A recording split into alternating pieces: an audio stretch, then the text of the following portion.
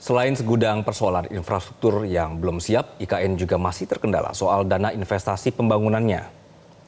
Dari segi ekonomi, Direktur Eksekutif Indef Esther Sri Astuti juga ragu seremonial perayaan kemerdekaan di IKN tidak akan cukup menarik minat investor asing untuk menanamkan modalnya.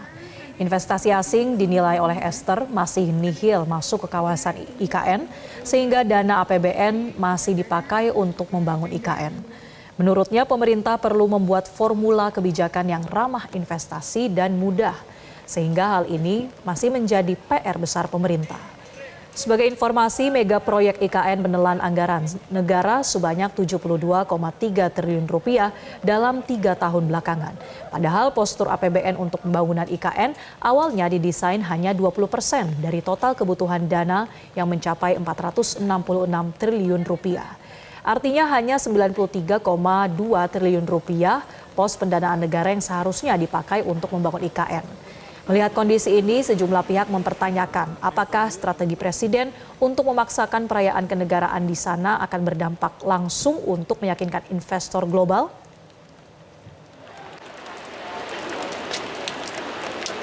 Apakah nanti setelah adanya upacara 17-an itu investor akan datang, tergantung ya. Tergantung dari kepastian hukum dari pemerintah gitu ya. Karena salah satu PR besar yang ada di dalam iklim investasi yang ada di Indonesia adalah kalau berdasarkan data Is Doing Business Indonesia terbitan World Bank itu adalah getting started business ya. Jadi kemudahan berusaha, kemudahan berbisnis ketika bisnis itu dimulai. Apakah izinnya itu mudah? Misalnya janji 3 hari, apakah dipenuhi 3 hari?